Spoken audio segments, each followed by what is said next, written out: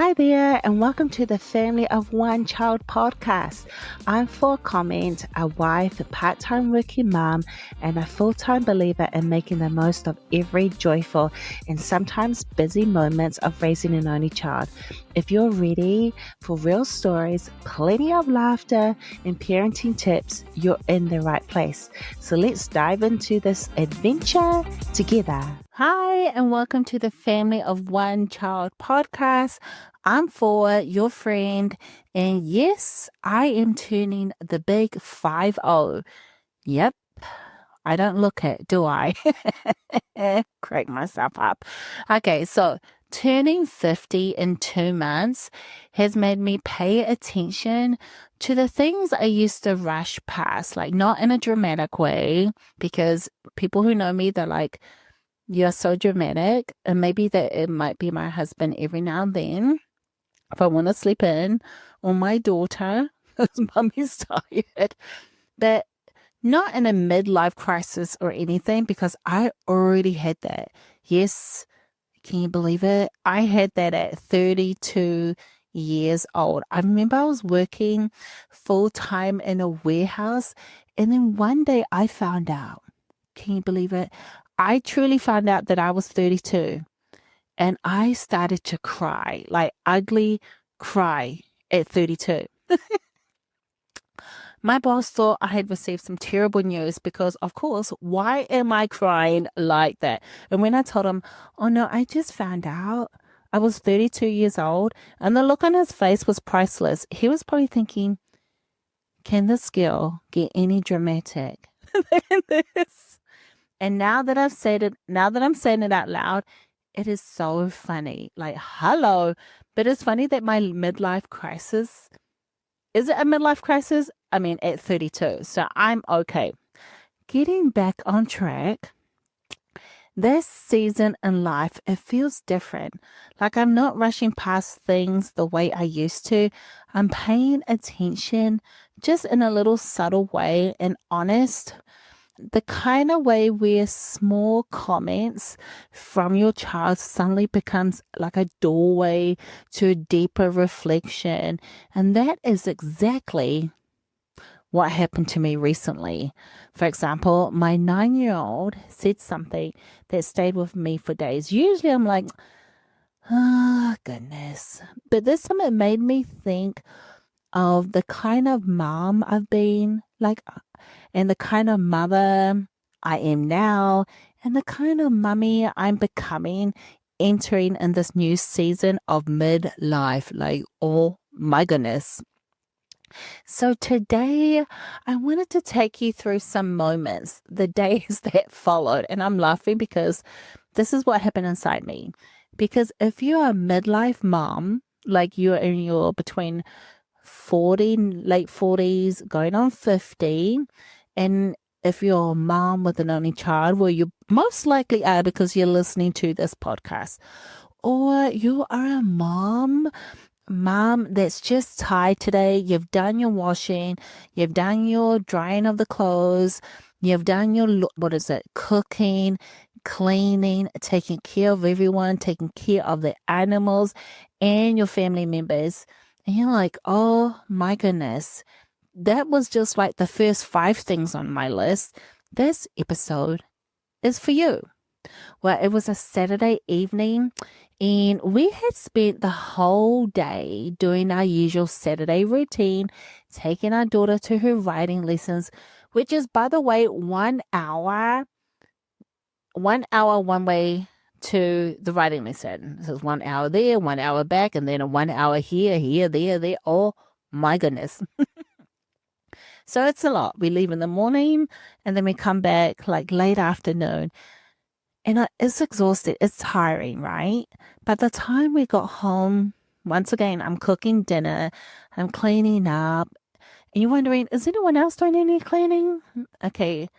I'm sure they are in their minds, my husband and daughter, like their interpretation. I mean, she just wrote, or she's had a hard lesson. And so I'm like, just get dressed, take your writing gears off and clean up, and then I'll cook something. And my husband, he's been driving here, there, here. So in a way, everyone's tired and we just come home. So I'm thinking if we don't eat out, most times now we're trying to save money. So we'll come home and cook. And then after when you go to the barn lesson, writing lessons and doing all that, I just want to come home. I don't want to sit at a restaurant. I don't want to wait. And it's it's kind of cold because it's winter. Well, it's actually we're in the near end. It should be spring very soon. I just want to come home, eat, go straight to bed, or put my feet up, watch a movie, something, and just breathe. So that moment where everyone, even the cats, because we have cats inside, and we're feeding the neighbors' cats outside, are fed, and your body finally says, "Okay, now I can relax." And that was me. So I was sitting in the kitchen, finally slowing down.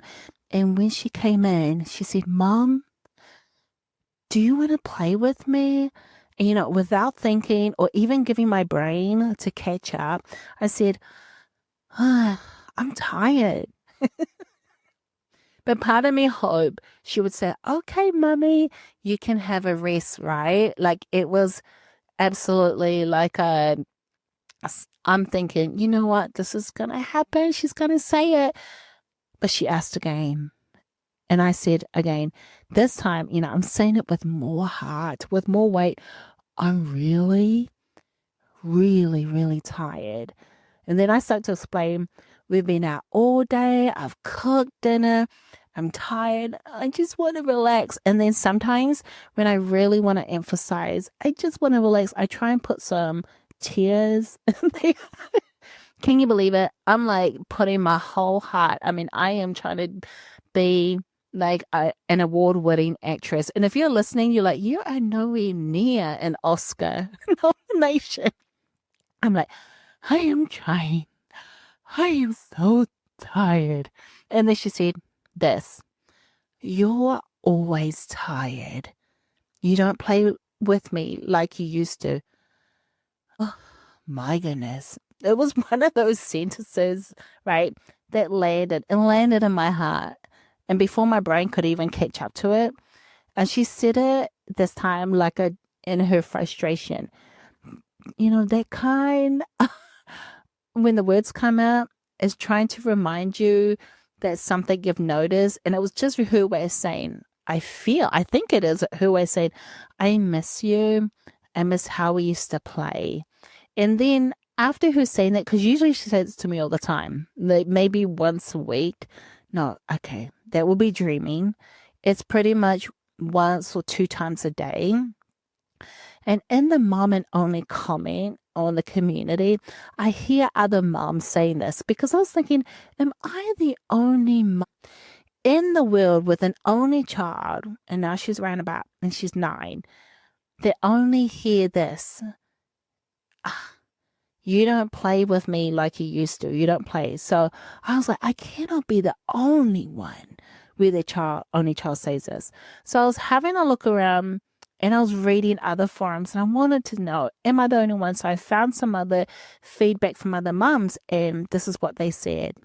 My 8-year-old literally said, "You're always tired now. You never want to play anymore."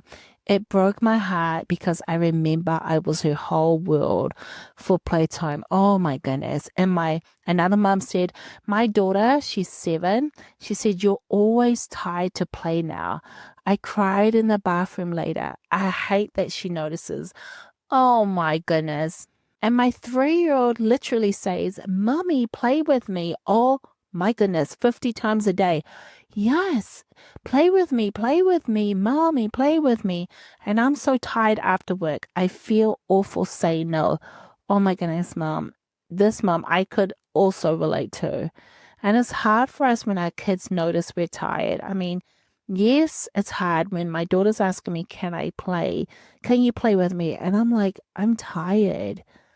And even though it's hard, I'm like, but my body, my soul, my my spirit is encouraging, but my body is pretty much not wanting to move, and my soul, I think it just disappeared into the bed. I don't know, but all three, I'm not aligned with wanting to play right now. The only one that is doing awesome is the spirit. The spirit is always positive. And I'm so sorry. I'm laughing now, but oh my goodness. So over the next few days, after hearing her say this, because she says it quite often, but this, it really stuck with me and it kept reminding me in my mind, man, yeah, she does say I'm always tired. I don't play with her like I used to. And I started to wonder, what tone did I use when I said no? Other than I know I was being so dramatic, and maybe because I closed my eyes when I said it, and I was holding on to my chest, and I just wanted her to get the vibe. And then I was thinking, like, oh my goodness, was I yelling at her this time? I grew up with 4 siblings, and I had a sister close to my age. We're 3 years apart, and I had cousins my age everywhere. Like, we had a lot of extended family, and I always had another child to play with, and to hang out. I always had another person or a child, but my daughter, being an only child is different. It's just her, me, and her father. I mean, we don't even have grandparents living with us. So, yeah, it's just the 3 of us. And most weekends throughout the week, her dad and I are often, we're kind of tired after working throughout the whole day, come home, and we don't want to drive and visit friends or family after dinner. We just want to come home, have dinner, any homework to be done. And if we're not at the barn, then we just want to relax as quick as possible. Oh my goodness.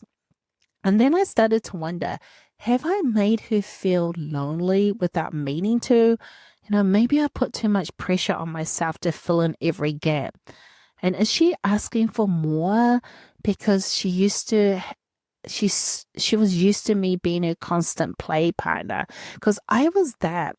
I mean, I was seriously 24/7, always the entertainer. And the mum and the only communities and so many other mums with an only child have shared this. Like, for example, another mum said, as a mom of an only child, I feel this constant pressure to be her everything, her playmate, her friend, her entertainment. When I'm too tired to play, the guilt is crushing. Oh my goodness, that's so real. Another one said, having an only child means I'm her built-in play partner 24/7. That's what I was saying. The mom guilt when I can't keep is crushing. Oh my goodness, I know I have felt that. Another mom said, I'm terrified she'll look back and remember me as a tired mom who never played. I don't want her childhood to be defined by my exhaustion. Oh my goodness, I'm probably wearing a t-shirt that says I'm exhausted. Why am I laughing? Because it's not funny. Another one says, the fear that because I'm her only playmate, when I'm too tired, she feels like she has no one. That one hits deep. Mothers with an only child often feel they must be the only child's friend at home. That is so true. And this creates a lot of pressure. And sometimes it can make us worried that our kids are lonely if we don't play with them. Ooh, woo.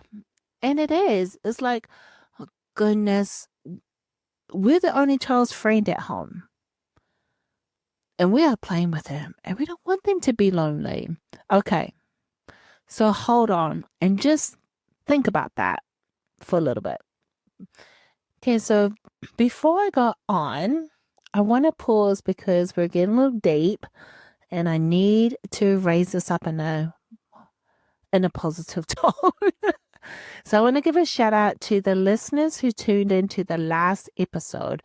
I absolutely love seeing you all where you're listening from. And it makes this little podcast feel like a global family. So I want to give a big shout out to Springfield, Massachusetts. Springfield, Massachusetts, I see you. Polo Tower Hamlets, Welcome, New Britain, Connecticut. Hi, Adelaide, South Australia. Oh, hello to you too. Goshen, Indiana. Welcome. And Omar Firmaga. I hope I said that correct. Omar Firmaga. Hello too. Thank you all for pressing play and for spending part of your day with me. I really appreciate it. And for you being part of this community. And if you didn't hear your location today, it's not that I didn't see you. It just means that you listened after I record this episode. But don't worry, I'll catch you in the next one. Okay. So let's get back to what was going on. So I remember a conversation I had with my sister, and she is one of my siblings that has an only child too, but she is way further ahead in experience and wisdom. So her daughter is late 20s and my daughter is 9. So you can compare the difference.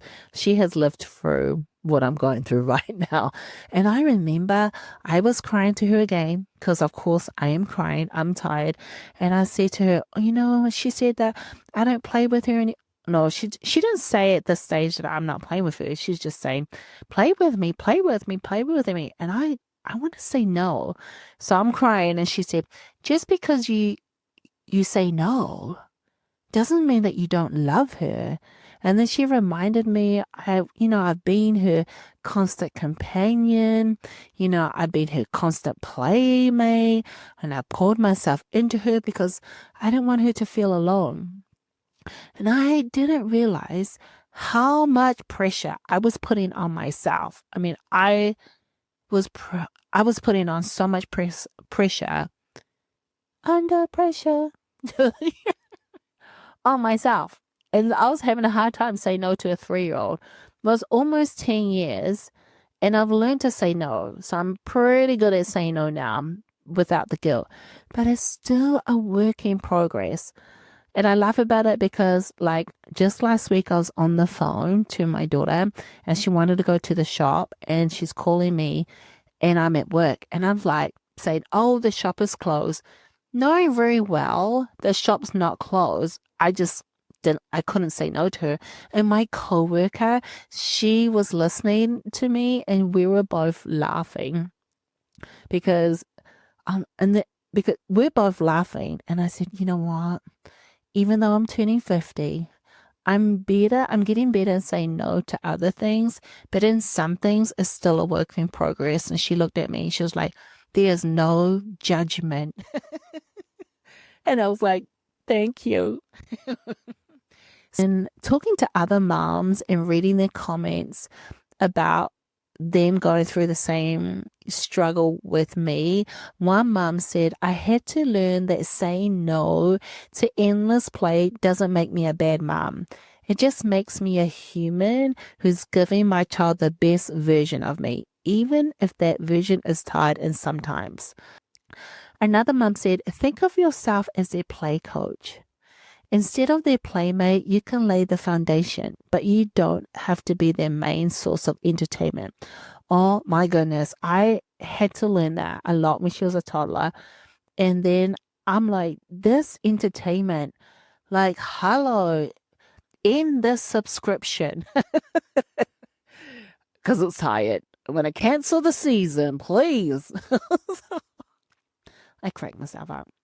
Another mum said, my aspiration is to teach her that it's okay to rest and love doesn't have to look like jumping around for hours. Ooh, wee. Come on. Is it okay sometimes to say no? Yes, it is okay to sometimes say no. Telling our kids we need to rest helps them to learn that we are people too. We are people. And it teaches them how to play on their own. And I am still learning that. One, I'm still learning and working on my no's. Some no's are getting better. Some no's, like, for example, say no, I can't take you to the shop. Instead of saying no to that, I just said the shop is closed because she's not old enough yet. And she doesn't have a phone to Google it. But if she looked me in the eye and I said the shop is closed, she would definitely know I would be lying. So because I spoke over the phone, I couldn't say no. I just made it, oh, the shop is closed. Now, how ridiculous is that? So that is telling you, I am a work in progress and I am still working through this to give you hope. And then another thing, that's when I realized that play wasn't disappearing. Our play was just shifting. So I'm learning that to say no to some things during playtime, like jumping up and down with hobby horses, I really had to find things that we can do together. Like, I don't mind if we paint each other's nails. She likes to braid my hair. I can braid her hair, and coloring together. Sitting in the same room doing different things. That's what I like. And just finding quiet things. And I wonder because in this season of my life, I don't want to move as much. Now, you may be in your late 40s and 50, and you absolutely more active than me. And I am saying that is amazing because, yes, there are moments where I'm really active, but most moments it's like my activities with her has shifted. And as I approach this new season, I want to say something to the mom listening right now. You are doing the best you can with the time that's given and the energy and resources you have. Your child is not unloved because you need rest. Your child is not lonely because you say no sometimes.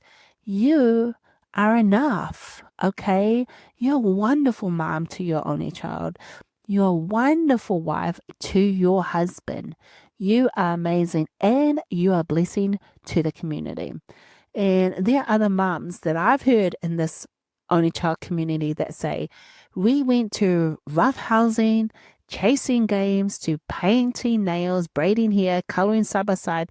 The play changed, my energy changed, but the connection is still there. It just looks different. Another mom said, I finally stopped trying to be the constant playmate. We do calm things and now she's thriving. I'm not failing her. It's just different seasons. That is so awesome. Maybe you relate to this one. Another mom said, our play changed, my energy changed, but my love never did. And that's why my daughter will remember, oh my goodness, our love always remains. So even if we don't have the energy to run around or do things like we did when they were toddlers, I mean, maybe you might, Mom. Maybe you're listening and you still have that same energy. You still stay doing the same activities or just more active when you're in your midlife and you're not midlife, in your late 40s, early 50s. It's okay. Everyone is different. And that's why I wanted to share this episode because I want to talk to the mums who may be more relatable what I'm going through. And maybe you're going through it already and you've gone past that and you're like, there is hope. You can find things for both to enjoy. And the reason why I wanted to share this and create this episode is to let you know you are not the only one going through this when your child says, I'm tired. No, you're not the only one when your child tells you, can you play? And you're tired. And if they say, you don't play with me anymore, and it feels such like a tug on your heart. Play changes for many reasons or how it looks. But you are a wonderful mom. You are doing the best you can with the time that's given, with the resources you have. So I want to continue to encourage you. It's okay to take a rest. It's okay for them to find something else for them to do. And your love for them will never change. The play, how it looks, the activities will, but your love will always be consistent. It will always be there for them because you are doing the best you can. You're learning and growing with them. Thank you for listening. This is for your friend, and this is the podcast of the family of one child. Bye. I'll catch you in the next episode.